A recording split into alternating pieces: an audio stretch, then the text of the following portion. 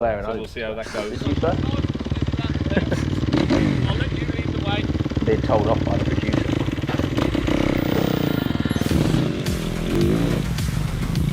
You have got a history of it. I have got a history as well.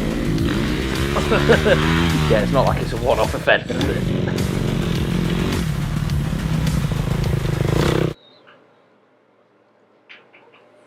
God, I didn't shower today. I didn't shower today. I'm grubby. You know, you're just grubby. Yeah. Right. So we're sat here with Craig Chamberlain. You probably heard about us talking about John Michelle Bale's BO before the stream properly got going. So apologies, apologies to JMB. You were fantastic. So don't worry about stinking. So this is Craig Chamberlain. He is the owner, I suppose, of the Kawasaki motocross school. And we've got him here today to tell us about your product. We want to hear about your career, hear about why this happened, and go from there. So let's open up the floor to you, mate. Yeah, well, we run the Kawasaki Experience, as you know, and it's mainly just to get people who have never sat on a bike before into motocross. Yeah. And as you know, it's an expensive hobby to get into. Yeah, so try it before you This buy is it. why I thought you coming onto our podcast, which we do before the shows, would be perfect for our audience, because a lot of these guys that enter the competitions to win the bikes, they can't afford to go out and buy a bike. And they don't but ride. They could afford a couple £100 to come and have a go on one. You know, so it's a no-brainer for us. Oh yeah, definitely, and you do get people who win the bikes, I would imagine, who have never sat on a bike. Yeah. You know, if it's just a competition they're entering. If they suddenly win a 450, they need some lessons, don't they? Yeah, 100%. So you provide the lessons as well, coaching. How does it start? What's a day look like? Literally, we can have people who have it bought for a birthday present. They turn up, they don't even know what they're turning up to or anything. Turn up, we supply all the kit, the fuel, the bikes, the coaching, the introduction into the sport, and hopefully by the end of the day they go around a full-on motocross track on KX 250s or 450s if they're brand new as well. Oh yeah, brand new 2021s. So when these guys turn up, they literally don't need anything. Nothing. No driver's license. No license. No driver's license. No nothing. That's brilliant. You Nothing do at all. cater the kids as well. Yeah, from 9 years upwards. So that's on the KX 65. KX 65 and a KLX 110, which is the best bike in the world for learning. Yeah, brilliant, and for adults. Well, it's definitely our coach's favourite bike. Yeah, well, we gave away a KLX 110, didn't we, Jake? When we first started going. And I bought a ticket for that, by the way. Yeah, man, Ryan Wilson at one. I was gutted. It's like it's the only person who's won something that I know. You know, like properly know. Yeah. 101 as well. It was. Yeah. What? That's cool, isn't it? Yeah. So you've got a motocross school. It's for beginners predominantly, people who want to get into the sport. Yeah, it is. But we also have a lot of people who rode 20 years ago. Yeah. Thinking of coming back in. Yeah. Let's come and try it. You know, see if I can cope with the aches. A lot of people probably haven't ridden the modern bike either. No, we do get a lot of people come on and say, "Oh, you haven't got no two-strokes," and I'm like, "Trust me, just ride these modern four-strokes, and they are much better." You don't want one. I love a two-stroke. Yeah, I do. The two-stroke fans are going to kill me. I love it, but four-strokes are the way forward. I'd love to have a 252 stroke in the garage to go Fat Cats or Mildenhall a couple of times a year when the track's bang on. Other than that, I'd pick a 450 any day. Yeah, you know, they're great fun. Yeah. But it's not, to look at in the garage. Not a feature, is it? It's not a feature. So, tell us how this all happened then, because I want to hear the story, man. You did the Yamaha thing, you did the shop. Let's hear about Craig Chamberlain. Start with your career. Like, what happened with the racing, and how did that progress into going into this side of things, and you know, how did that organically progress? It started. My dad used to race. It's one of them sports that if your family's in it, you just get you're born. I was sat on a Mako 4 weeks after I was born on my dad's Mako or my uncle's Mako at an AMCA club race. Yeah. Then literally, my dad started sponsoring Barry Johnson, who runs the KTM schools. Yeah. So my dad supported him with, I think he sponsored him with diesel while he was doing the GPs. Barry then took me under his wing and coached me how to ride. Got racing, schoolboy motocross for God knows how many years. 1982, I think I started. Well, what club would have that been? That was That that was- ACU stuff, or? It was Sandwell Evans at the time, Yeah. which I think has turned into Wilden. Well, yeah. Yeah. So Sandwell Evans, West Midlands, Severn Valley, they were still going then. Yeah. And then got to... I was always good in the schoolboy, but I had Nunney, Vose, Ucklebridge. Really fast guys. It was a tough year. Yeah. So I was always sort of 15th to 20th thinking I'm just getting... I need points. Yeah, just getting smashed every weekend by these lads. I've been there, mate. Myself.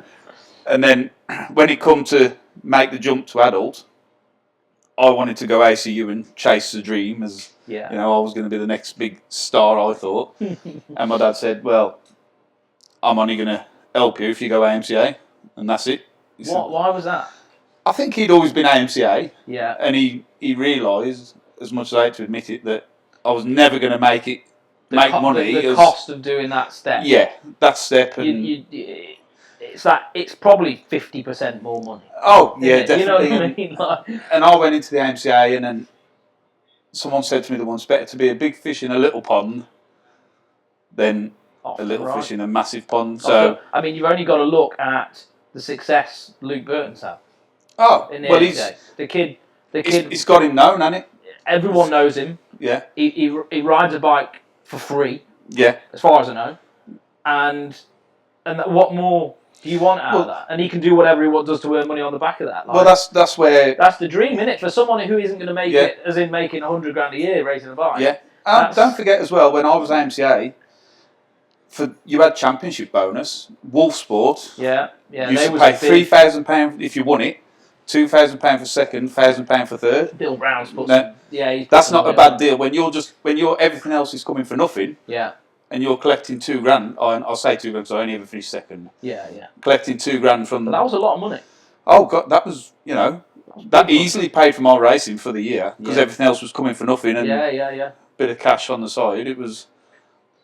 No taxman watching. A lot of people. I didn't earn anything. A lot of people don't realise why people go down the AMCA route, do they? But like when you look at it and strip everything back, like I've spoken to friends of mine in the past, like Spinksy, for example, and he's like, no, flat out, no, won't do it. But I can see why. I can see both arguments. Yeah, but I wouldn't have done it if my dad hadn't made me do it at 15, 16. Yeah. I would have gone ACU and I would have been anti-AMCA for the rest of my life. Yeah. You know, that would have been. No, I'm an ACU rider, and that's what I want to be. Yeah. You either get riders like on one side or the other, and I think like it's good for like now how the championships evolve when riders are starting to like come to the end. Like Bradshaw's had a brilliant year. Oh, he's brilliant year on that 250 on the 500. Like what? How cool is that? Well, and there's different stages in it. You know. What I mean? But there's very rarely now some like what you did that like stay in it and just move. Well, all the way through, my first championship year was 1997. Right. And my last championship year was 2019. Yeah. So I went. I remember you when I started, even when I started doing X, I started AMCA route. That was all I knew. Like I didn't know anything. I didn't even know schoolboy motocross existed. No. We just got a bike because my mum and dad split up. My mum said you better do something with him. Yeah. And my dad was like, motocross. Yeah. And that's how I ended up going to AMCA. And I always remember going to the track and if you were there, it was like. Fucking hell, Craig Chamberlain's there. Like, it was like almost like remember Ray Syson? Yeah, I remember Ray. Yeah, Psychos here. I had some battles with Ray. Ryder, so, Matt Ryder. Yeah, like they were great at club level. Yeah, different. They just never. Well, Ray was a bit. Ray he was a handful. Ray was on the floor at championship 9 times out of 10 because he ran into someone or someone be down. Through people, wasn't he? Yeah. But, you know, they was all good lads. Remember his bandana? Yeah, I remember the bandana. Yeah. Being next to him on the line when he's like, rah, he was like, whoa. He was a nutter, wasn't he? He was actual, like, honestly, guys. Ray, or if Lewis Syson is watching, Ray's son, your dad was an absolute psychopath. Brilliant guy, but a psychopath. But it's mad how far it's come as well, because my first year doing championship, I remember sitting on the line next to blokes who was having a cigarette. Yeah, you know, they're having a cigarette and you're thinking, yeah. And because you still see it in Enduro now and again. Yeah, but not at AMCA championship level now. They're all training, they're all doing this. They're athletes. And that's where, I mean, I was always known for not training, but compared to them lads, I did train. You I were was fit, fitter you than got them, the odd run or whatever. and that's why my dad used to take 20p and I'd it by a lamppost. He wouldn't tell me what he put there. He'd tell me which lamppost I got to run to, and I had to pick that up to prove I'd run to that lamppost. And that was, I like that. I like that. and that was about as much as my training went. But that at least that was instilling some sort of discipline at like definitely young part of your life. That all that sort of stuff is what parents do. Is annoying at the time, but it sculptures you. It doesn't have to be how you are today. Like your dad's a great guy, isn't he? Like, he still loves the sport. He didn't come watch me no more. He's like been over to America though, hasn't he? Like CMH and he's done all them like 3 or 4 times. Never rode over there. Just goes as a chat with Jeremy McGrath. I love it. Like he talks about Jeremy as if he's his best mate. Did he go out with him or something? He went for dinner or something. Something happened. No, Jeremy walked in the house. I've never been on one of these holidays, so you'll have to tell me if it's. My dad was just sat on the settee. Jeremy McGrath walks in. My dad doesn't know who Jeremy McGrath is. Yeah. And he walked in. So all right. And Jeremy McGrath said, "Yeah." He said, "Do you know how to put the kettle on?" Your dad said. My dad said to the Jeremy McGrath, and Jeremy McGrath put the kettle on. And when they all woke up in the morning, everyone was like, "Oh my God, it's Jeremy McGrath!" And my dad was just sat there having a cup of tea with him, saying, if you don't know who Jeremy McGrath is, because there will be people on here that don't know who Jeremy McGrath is. Jeremy McGrath was like, how many times Supercross champion? Was it 7 or 8? Something ridiculous. Showtime. He's the all-time. No one will ever match him. He was the Supercross king, wasn't he? Like, so this guy was like an elite athlete, and your dad's told him to put the kettle on. Like this would be like Jimi Hendrix walking into your house and going, "Oh yeah, put the kettle on." Yeah. Like, so racing finished. Then what happened to? Racing finished. 2009. Well, no, it didn't really finish. My racing properly finished probably 2009. Yeah. But I kept doing the championship because I just wanted to be the longest serving championship rider. Doing it, scoring points. I didn't want to be one of these who got to the front, enjoyed it, and then pushed the sport aside. I ride bikes because I love riding bikes. Yeah. So I stayed in it, started a team. That was mainly, I think, the same reason as you, really, how you helped Josh. I was helping Ryan Morris. Yeah, I remember, So this was this Yamaha's or was this was Yamaha. Well, at the time, this was nothing. I was working for Barry Johnson part-time on the Yamaha schools. Yeah. Doing the Yamaha schools with Barry. I left Barry then and went to work for the AMCA, which was my first proper job. Yeah. Where I actually got paid and real job. Real job, yeah. My first real job, and I've never had one since either. So I was at AMCA, and Barry left Yamaha and went to KTM, and that's when Yamaha got in touch with me and said, "Would you be interested in replacing Barry as the Yamaha schools?" Yeah. And at the time, I was a little bit naive or didn't want to take the risk. I thought the outlay of the trucks. Money, the pressure of... Well, when you're looking at... They're $7,000 a piece, aren't they? It's huge money. The kit, I was working it all out in my head. It was like, you need 50 pairs of boots, 50 helmets, 80 sets of kit. Yeah. You know yourself how expensive the sport is. Huge. I was like... Big money. Even if you're buying budget stuff. Yeah. Still... It was like, I'm not ready to take that risk. No. So I mentioned it to the AMCA. I was working for them. I said, I think it'd be good if we partnered up. So I started the Yamaha schools at AMCA. Which is still running now. Which is still running now. It's a legacy, mate. Yeah. Don't know how long, but, Still did it. Still did it. I set it up. I started it there. Ryan was one of my coaches. I brought Ryan in as one of my coaches. The talent on a bike was, like, unreal. He was a good rider, wasn't he? And he got... I was just like, I want to help my mate. So I just mentioned to Yamaha, I said, can I do anything? I remember him coming up to the Stourbridge. You know the place in Stourbridge, the free ride? Oh, he can ride there. Oh, my God. Yeah, he can shift around there. He can, do anyone. Oh, we went there once. Well, I went there once, and I took Zach Osborne, Mel Pocock, Tonus, and who else was on there then? Simpson. Yeah. And I took all 4 of them there for Michelin sand tyre testing. Yeah. I know you shouldn't, but that's where we went anyway. And he got his bike out, and he just as good as them. Yeah, he could have been. He was. But the reason I started the team, I rung up a well-known team. I won't name it, and said, "I've got this lad Ryan Morris, who I think's talented. I think he could really progress." Yeah. And the team turned around to me and said, "What can he bring to the table?" I said, "Well, he can bring race wins." And no. How much money? How much money has he got? And I was like, he's got no money. That's why I'm trying to help him. It starts. Nothing against It Ryan. starts at 20k, doesn't it? Yeah, and I was like, into like people need to know that as well. To go oh into yeah, a to go team, into a team. I mean, probably not 20k for an MXY2 ride, probably. Yeah, I would have thought so. You Yeah. know, I mean, I've heard a rumour this week that 10k, one of the top British lads has just been asked to go into a team. Top British lad. Top. Doesn't surprise me. And 10k they've asked him to put in, and he'll go and win races. But I understand why. Yeah, I get it, but that's That's the whole problem with the sport, like deep in the roots. I mean, Yeah. that's not something we can change. That it's very difficult. Well, That's it drove me down the line of, I want to do a team. I'm going to run a team. So I spoke to Yamaha.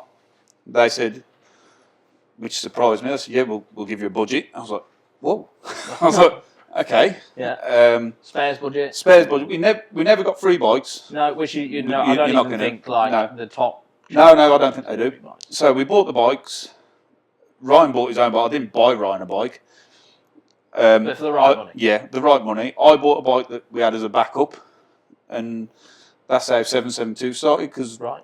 Which is still sort of well, going now. And that's and it's carried on. It's no longer a team or anything at the minute. Yeah. The team lasted for 4 years. Is the door open for doing that again? Yeah. Maybe. I think once I've got my business fully set and this is secure and floating along nicely, and I can give it to someone like Lee Seeley to carry on, and I feel comfortable that I can have a weekend away from it. Yeah. Because for me to go to the races now, I earn zero money. Yeah. My money is earned on weekends. On the weekend. So, but the team. So Lee Seeley is one of your coaches. He's one of my coaches. He was partner in it. Or? No, just a coach. Again, he come through 772 Yamaha. Yeah. Beat Luke Burton in a couple of races. He can ride. Really good. I mean, he was top 3 in the world, 125 Enduro. Luke beat. So. No, to be fair, he did beat Luke on a mud race, because Lee's skills were. A win's a win. Yeah, a win's a win, and he won that. But we won numerous MX2 championship races as a small team. Yeah. We won the 2-stroke championship with Rich Cannings. Luke Dean won loads of races. What year was this?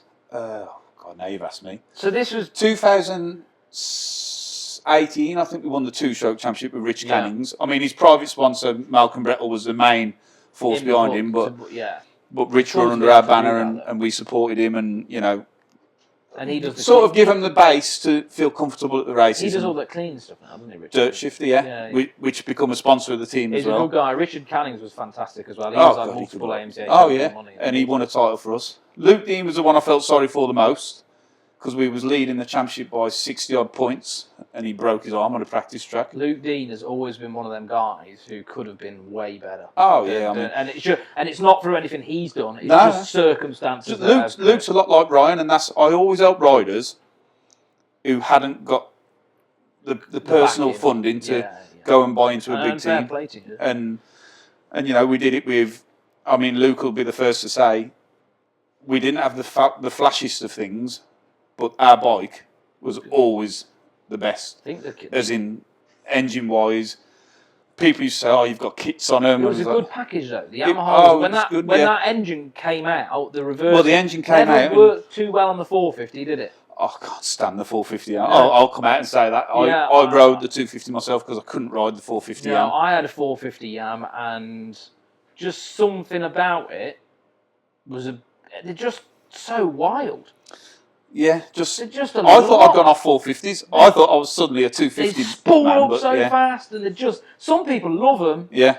Like for me, but the 250, I think I've never kept a bike for so long. It was the 250 Am is a strong bike. Really good bike. And like I say, we was all shot in races. Ryan Morris was coming back to his best, then he had a massive injury in that finish, Ryan then. Yeah. Is he back riding again now? He's riding for fun, yeah. He comes on some of the schools and helps with the coaching, but he's got a good job now. Yeah. So he's bought himself a bike. Doesn't need to race. No. Well, you've seen him play riding. He's still fast. He can, unbelievable. So yeah, Luke lost a couple of championships after being in the lead through crashing, but then we just got, I don't know, certain things happened within my business and everything. So the team. Lee Seeley come on and joined. He won races, and then when the team sort of had the fallout as such, not a fallout, but people went different ways. People went different ways. the budget got pulled, and I rung all the riders up, said, look lads, the budget's gone. I'd love to carry on, but the budget's not there. Yeah. And Lee Seeley and Jack Wankling, get his name right. Sorry, Jack. They just said, oh, we want to stick with you. And Richie Roberts come on board, and they said, we'll stick with you with no budget. Was that the last year you did it? That was the last year we did it, and we just went and had fun. And from that, obviously I'd left AMCA then as well. Yeah. And just a random call, I used to do adverts in the DBR for the shop at the time. Yeah. And The 772 the 772 shop. Yeah, yeah. And DBR rung me up and said, would you like to become a test rider?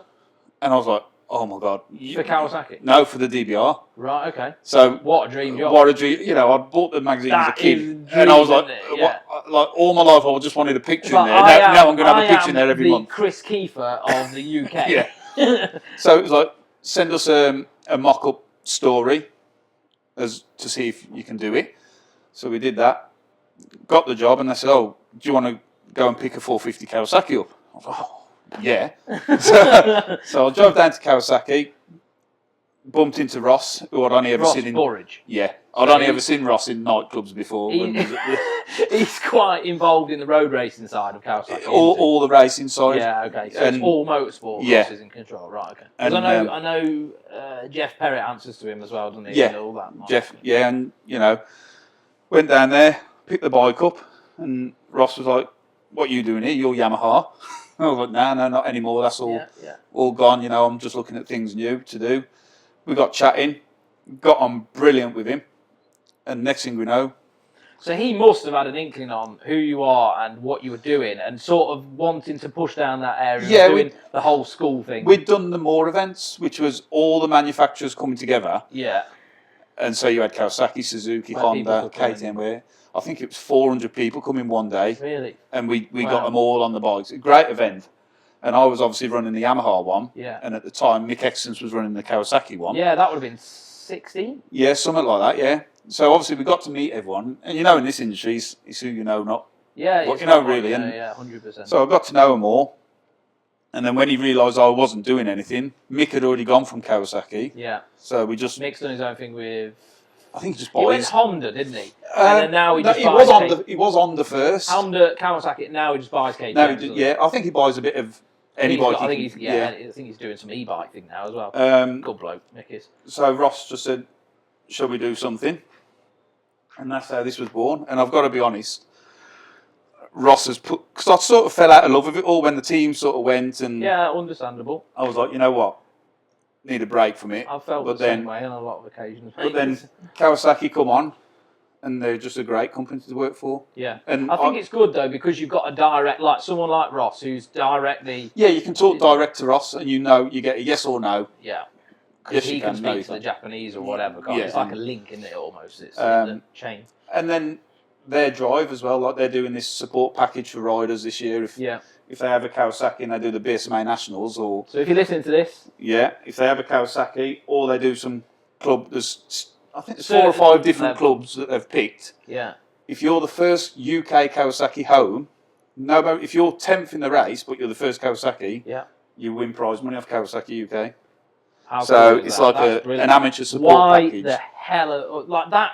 I didn't know that. Yeah. And how good is that? That's great. And that's Kawasaki putting something back into motocross. That's proper good. And it's also going to incentivise people to get on this brand new 250 as well. I actually rode that. Lee Seeley's rode it and loves it. They're actually a competitive package, aren't they? Like to go against Yamaha and... Well, Lee obviously rode Yamaha for me, and he reckons now that's... a bit better.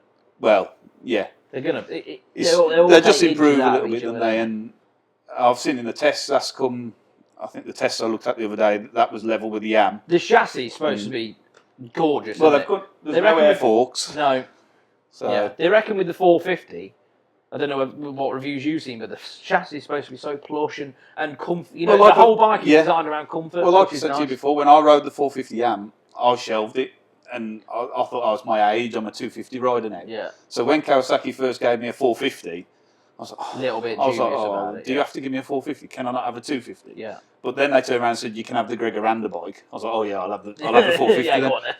And what a bike. Yeah. and just never look back. I think they're a lot softer, aren't they, and more rideable. Well, I rode the standard one when I injured my back a bit. I thought, I'll ride the standard one, and you could tell the difference. But it's so rideable. Yeah, it's just. I think now they started focusing on comfort because KTM have done that for a while. Like when you're on a KTM, there's nothing really hard hitting. It's always a slow build of power. And that's where a lot of the Japanese went a bit. It missed the boat a bit. It was all about the 450M. You touch the throttle, you just it's an animal, isn't it? Don't they? And you just want that nice stacking of power, so you don't have to be off the back of it like a rag in the wind, do you? No, anyone could get on a 450 and ride it. Yeah. And especially now MXGP and stuff are promoting the 450s for the premier thing. People are going to go and buy 450s. Yeah, because that's the main class, isn't it? That's the one that they're all pushing to. Exactly. Whether we agree with the age limit or not. Yeah, it's all that's. So tell us a little bit about pricing before we get this wrapped up. Yeah. And I mean, believe it or not, I think we are way too cheap. It's £175 for the full day. Wow, that's cheaper than a lot of you know yourself as a motocrosser. Yeah. You bang 50 quid fuel in your van. Yeah. 30 quid fuel for the bike. Yeah. Running costs, everything else. Your fee to practice is what, 40 You're making quid 50 now. quid a rider, aren't you? Really? Yeah, and literally, you come on our day, we coach you. We don't over-coach you because most people we get there are there to experience the sport. And where would we be riding? We've got venues in Uttoxeter.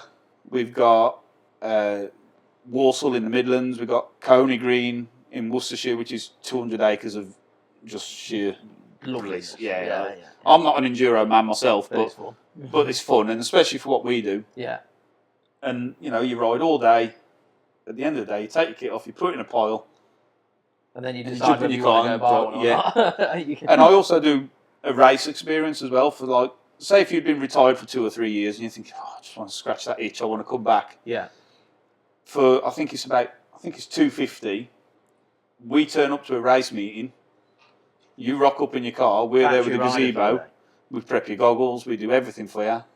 Because you know yourself. That's awesome. It's daunting, isn't it? That's proper. Like, turn up as a factory rider for the day. Yeah. Turn up in your car. Yeah, your bike's looked after.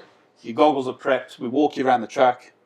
We do everything with you. You enjoy your racing. That's awesome. You jump back in your car. You're probably one of the only ones doing that, aren't you? Yeah. Well, that was my idea when really I started that at Yamaha. I don't think they've carried it on.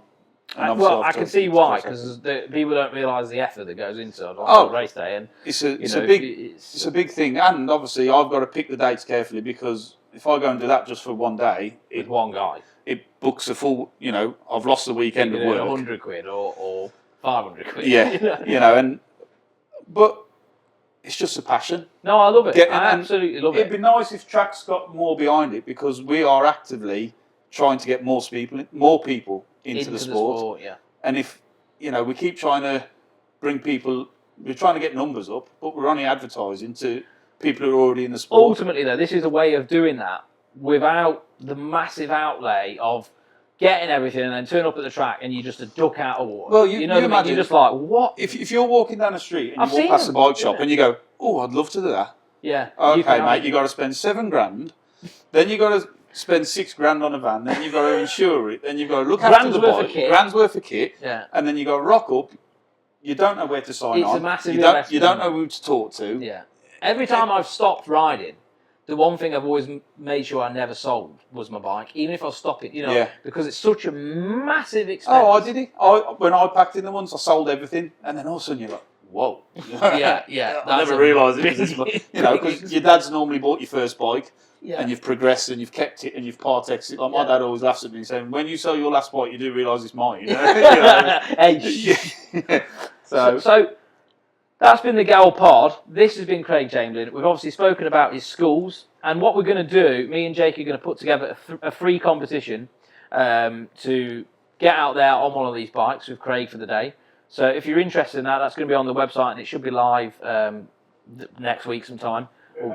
We can do that later tonight, yeah. So if you want to do that, you go on the website, you enter for it, and make sure you don't forget to enter for the Suzuki as well, because we want to get that sold out as soon as possible so we can do that live draw. And we've also got a KTM, and then who knows, we might be able to get one of these 2020. No, this isn't going. That's not going anyway. So yeah, thanks very much for listening. Craig, really appreciate the story. Really appreciate you sitting tonight. I would shake your hand, but obviously because of COVID restrictions and stuff, I'm not going to touch you because you're covered in germs. And then next up, everybody, we're going to be giving a PlayStation 5 away to a lucky winner. Which I am. I am on that. You're gonna. Yeah, I'm on that. So, see you later. Thanks very much. Cheers. Did you enjoy that? Yeah, I think that was good, wasn't it? it? Was alright. Was there a lot of interaction, Jake? Or? No, there wasn't much interaction. There's quite a few people on there. Oh, loads of people watching. Really commented. It's more listening. Yeah. That's good. Did we have any abuse? No, Nothing. That's good. A lot of people commented. So what I did you see, because I'm obviously an admin on yours, it allows me to share it to your page. Oh, yeah. Through it. So we had some good reach on it. Oh, good. That's good. Happy fucking days. I need a piss though. Really? Go have a piss. It's me age, isn't it? And also, you're not giving us that for free. We're